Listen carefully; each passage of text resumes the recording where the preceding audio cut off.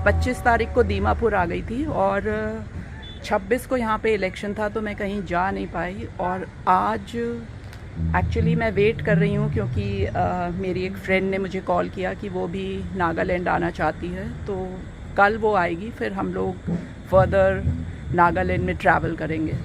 तो दीमापुर में मैं ज़्यादा कुछ कर नहीं पाई, दिन में काफ़ी गर्मी है यहाँ पे, तो कहीं जाना हो नहीं पाया मेरा।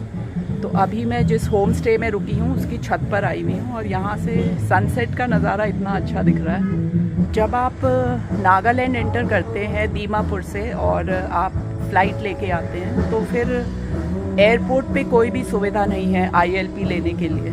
तो वहाँ पे मैंने पता किया तो उन्होंने कहा कि आप दीमापुर के कमिश्नर ऑफिस में जाइए और वहाँ से आप ILP बनवा लीजिए।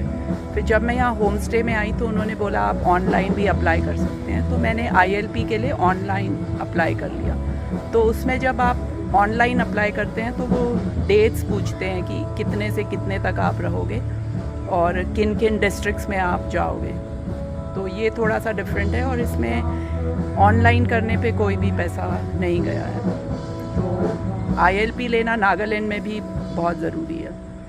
तो ILP जैसे मैंने मिज़ोरम में लिया, फिर मैंने मणिपुर में लिया और ये नागालैंड में। और इसके अलावा आपको ILP लेना अरुणाचल प्रदेश में भी ज़रूरी होता है। तो ये 4 स्टेट्स हैं आपके नॉर्थ ईस्ट के जहाँ पे ILP लेना बहुत ज़रूरी होता है। अदरवाइज़ बाकी जो स्टेट्स हैं यहाँ नॉर्थ ईस्ट के, वहाँ पे ILP की ज़रूरत नहीं पड़ती है। नमस्कार दोस्तों, मैं अभी हूँ जखमा में, जो कोहिमा से ऑलमोस्ट 8 या 9 किलोमीटर बाद पड़ता है। ये मणिपुर हाईवे में है। ये जो रोड है ये इम्फाल की तरफ जाता है। तो रास्ते में ही एक होम स्टे है, डॉन होम स्टे, वहाँ पे हम लोग रुके हुए हैं। 28 को हम लोग निकले दीमापुर से कोहिमा के लिए, जो ऑलमोस्ट 70 किलोमीटर्स के आसपास है। और टैक्सी बसेस आपको ईज़िली मिल जाती हैं। फिर हम लोग यहाँ होम स्टे में रुके हुए हैं जो जखमा में है। और आज हम लोग जाएंगे ज़ूको वैली ट्रैक पे। मौसम सुहाना है, मतलब बारिश हर समय हो रही है, कभी हल्की कभी तेज़। तो होपफुली ज़ूको वैली के लिए मौसम आई थिंक ठीक रहेगा, तो अच्छा रहेगा हमारे लिए। ट्रैक हम लोग करीब 7:30 या 8 बजे शुरू करेंगे, क्योंकि हमने प्लान किया है कि हम लोग वहीं ऊपर पहुंचने के बाद वहीं नाइट स्टे करेंगे, तो इसलिए आराम से निकल रहे हैं। अगर हम इसे 1 डे रखते तो हम लोग अर्ली मॉर्निंग निकल के शाम तक वापस आ जाते हैं। 8:40 हो गया और हम लोग निकल रहे हैं। मौसम भी सही हो गया, गाड़ी रेडी है और बारिश भी रुक गई है।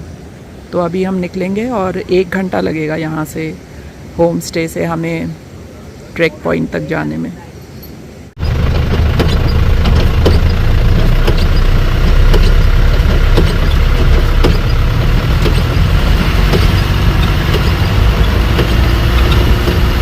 ज़ूको वैली का एंट्री काउंटर है। यहाँ पे आपका 120 रुपये पर हेड आपका पड़ता है और आपको ID दिखानी होती है अपनी।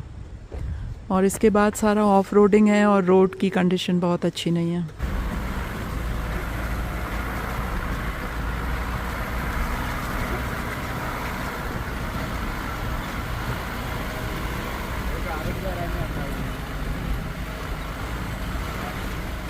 पूरा 20 मिनट आप इस रोड पर चलते हैं और उसके बाद एक पॉइंट आ जाता है, वे टू ज़ूको वैली, एक टिन शेड है।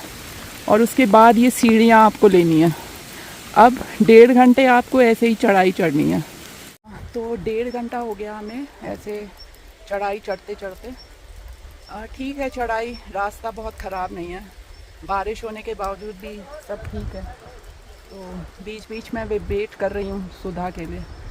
और अभी बारिश थोड़ी कम हो गई है, तो ऐसे ही आपको 1.5 घंटा या फिर 2 घंटा ऐसे ही चढ़ाई चढ़ते रहना।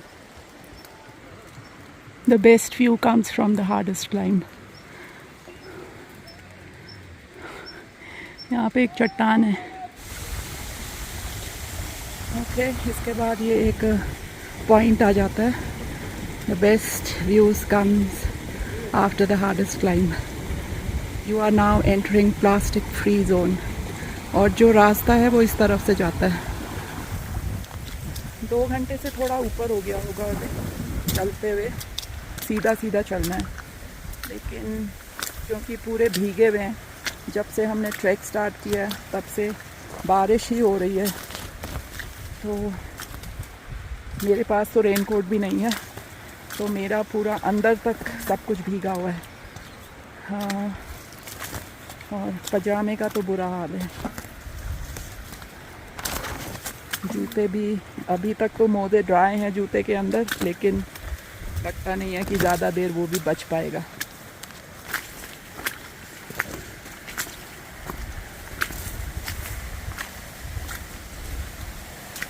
तो पूरा रास्ता ऐसे आप देखोगे, ये पूरा पानी से भरा हुआ है, और आप कितना ही कोशिश करो अपने जूते को बचाने का, लेकिन कब तक बचाओगे। फिर कभी कभी ऐसा खुला हुआ सा स्पेस आता है, और क्योंकि अभी कोहरा है। Are you liking it? I loved it. I loved every part of it. You are enjoying it, I know. Yes. और ये छोटे छोटे हिलॉक्स आप देखेंगे सामने नज़र आने लगते हैं ये, और जैसे जैसे हम आगे जाएंगे तो और भी सुंदर होता जाएगा जो सीन है। पर बारिश जो है वो रुकने का नाम नहीं लेगी, मुझे लगता है शाम तक इसी तरह बारिश होती रहेगी। So there also I see how much mud is there. That Dead Sea also I ruined my shoes. Same shoes.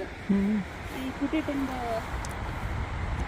अभी बारिश थोड़ी रुक गई है, और आप देखेंगे थोड़ा सा व्यू क्लियर होता जा रहा है। तो जैसे जैसे आप आगे बढ़ते जाओगे, ये जो छोटे छोटे हिलॉक्स हैं आपको दिखेंगे। और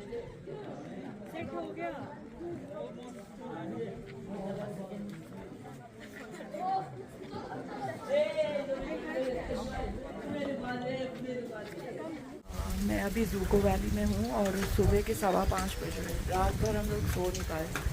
ये मेरे पीछे ये डॉर्मेट्री है, और काफ़ी रश था, काफ़ी म्यूज़िक वगैरह चल रहा था। वीकेंड था, कल सैटरडे था, संडे है, तो काफ़ी रश है। और बैक साइड में पूरे टेंट्स लगे हुए हैं। तो बारिश हो ही रही है, रात भर बारिश थी, तो बस देख लिया। ज़ूको वैली नीचे एक्सप्लोर करने तो गई नहीं, क्योंकि कपड़े भीग जाते तो कोई प्रॉब्लम हो जाती। ज़ूको वैली का ट्रैक करने के बाद हम लोग वापस कोहिमा आ गए थे, और कोहिमा में भी उस दिन काफ़ी बारिश हो रही थी नेक्स्ट डे। तो फिर हम लोग सिर्फ म्यूज़ियम देखने गए, और फिर जो वहाँ पे जापानीज़ मेमोरियल और वो सब हम लोग विज़िट नहीं कर पाए। तो बारिश की वजह से थोड़ा सा ज़ूको वैली में भी हमें, मतलब मुझे तो काफ़ी प्रॉब्लम हुई, क्योंकि पूरा दिन बारिश हो रही थी जिस दिन हम ज़ूको वैली गए थे, और जिस दिन हम वापस आए उस दिन भी पूरे टाइम बारिश हो रही थी। तो फ़िलहाल बहुत अच्छे से नहीं हो पाया मेरा ज़ूको वैली।